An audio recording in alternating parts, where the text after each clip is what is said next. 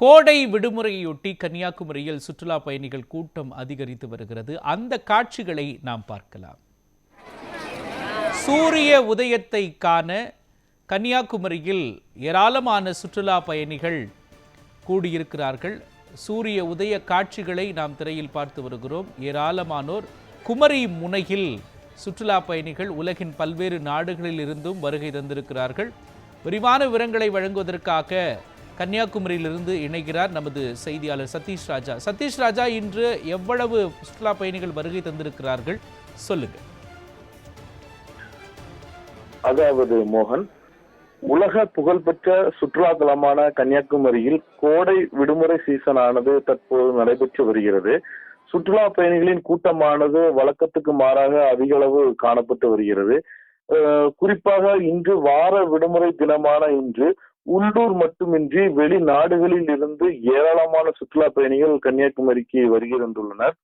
அவர்கள் கன்னியாகுமரி சுற்றுலா தலத்தின் முக்கிய பகுதிகளான சன்ரைஸ் பாயிண்ட், திருவேணி சங்கமம் மற்றும் கன்னியாகுமரி பகவதி அம்மன் கிழக்கு வாசல் பகுதிகளில் அதிகாலை முதலே சில மணி நேரம் காத்திருந்து மேகமூட்டம் காரணமாக கடலில் இருந்து சற்று மேலே எழும்பிய அழகிய சூரிய உதய காட்சியை கண்டு மகிழ்ச்சி அடைந்தனர்.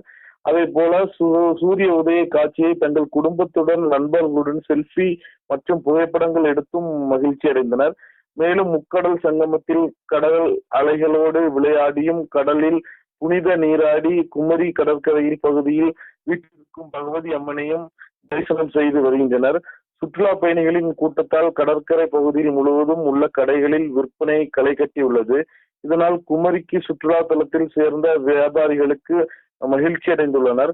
சுற்றுலா பயணிகளின் வருகை அதிகரிப்பால் கன்னியாகுமரி போலீசார், சுற்றுலா காவலர்கள் மற்றும் கடலோர பாதுகாப்பு குழும போலீசார் பாதுகாப்பு பணியில் ஈடுபட்டு வருகின்றனர். மோகன்,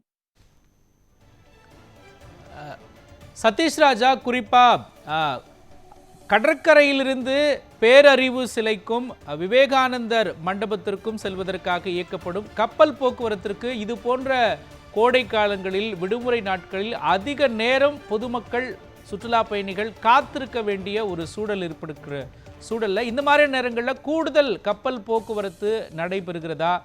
மக்கள் எந்த அளவுக்கு சுற்றுலா பயணிகள் சிரமத்தை சந்திக்கிறாங்க? அவர்கள் முன்வைக்கும் கோரிக்கைகள் என்னவாக இருக்கிறது, சொல்லுங்க.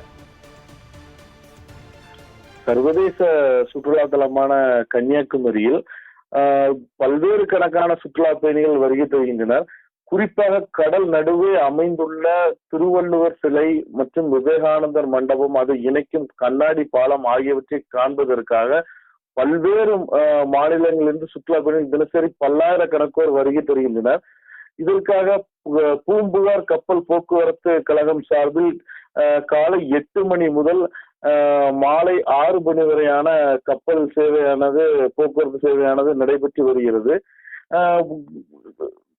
இது போன்ற சீசன் நாட்களில் கூடுதலாக 1 மணி நேரம் அல்லது 2 மணி நேரத்திற்கு மேலாக சேவையானது நீட்டிக்கப்பட வேண்டும் என்பதே சுற்றுலா பயணிகளின் கோரிக்கையாக உள்ளது. மோகன், சதீஷ் ராஜா, கன்னியாகுமரியில சூரிய உதயத்துக்கான காலையிலேயே வருகிறார்கள் சுற்றுலா பயணிகள். அதை முடித்துவிட்டு கன்னியாகுமரியை சுற்றி உள்ள மற்ற சுற்றுலா தலங்கள் குறித்தும் சொல்லுங்க. கன்னியாகுமரி மாவட்டத்தை பொறுத்தவரை அதிக அளவு கடற்கரை சுற்றுலா தலங்களை கொண்ட மாவட்டமாகும்.